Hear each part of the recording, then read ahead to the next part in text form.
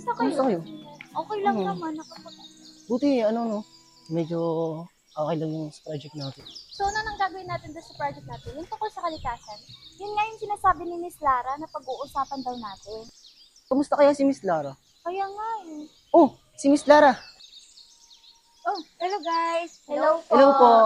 Buti naman nagpunta kayo dito mga anak. May gagawin tayong project tungkol sa green innovation. Kayo ang gagawa ng solusyon para sa ating kalikasan. Handa po kami, ma'am. Gusto din namin ipakita ang kaya ng kabataan. Wow.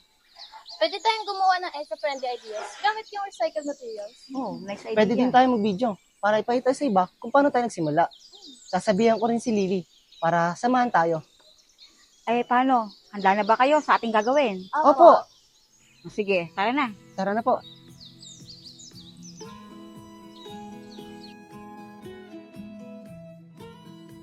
Sarap dito, no? Ganda ng view. Minsan kaya magala tayo dito.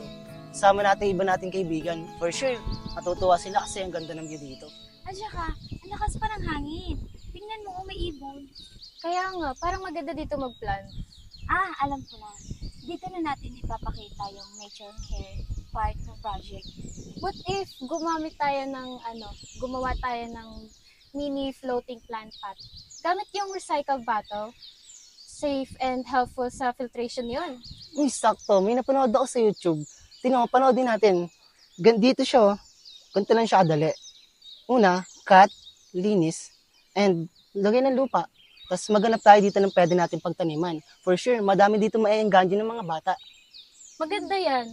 Simple at may impact sa water quality. At saka sa paligid na rin. Tingnan mo, ang ganda ng mga view. Oh. Ayun, may ibon oh.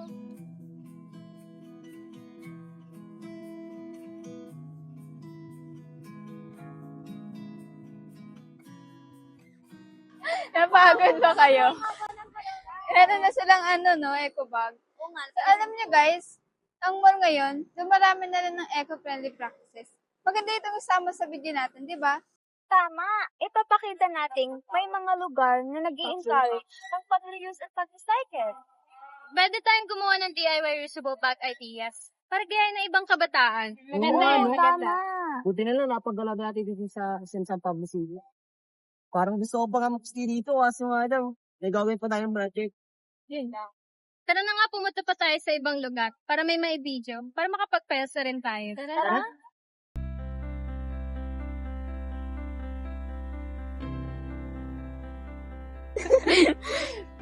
O, di ba ang cute ng natin, na nakabuhay na agad tayo. Ganda, no? So, by the way guys, ito na pala yung last part ng project natin.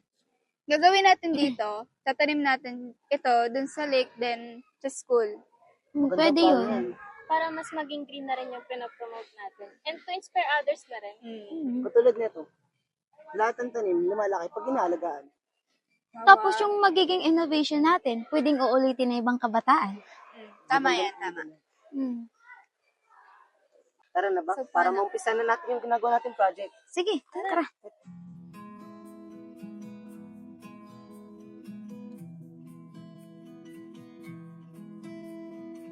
Guys, ang galing natin. Nakuha natin yung 3 medal. Dahil din sa pagtutulungan natin to. Oo. Tsaka, next time, galingan pa natin lalo, Tsaka maglinis tayo sa ibang lugar. Tama yan, pagpatuloy pa natin yan. Para gayahin pa ng ibang mga kabataan. Good idea. Marami pa tayong mapupuntahang ibang lugar. Nakaka-excite. So, Excited paano na rin ako. yan? Malilibre na yung leader natin. Siyempre. Mamaya. Hi, Miss Hi, Lara. Congratulations sa inyo guys. Proud ako sa inyo. Thank you Thank you po. po. Ito ang tunay na youth solution. Simple pero may puso. Thank you po. Para po sa kalikasan, ma'am, hindi kailangan magastos. Ang kailangan lang, magsimula. Siyempre, para maging malikhain din po. At magtulungan po. Go kabataan! Go kabataan! At tandaan, bawat puting hakbang may malaking Pagbabago! O paano, celebrate natin to. Sino na Hello. Ako na po. Leader. Tara po. Tara na po. Galing nyo guys.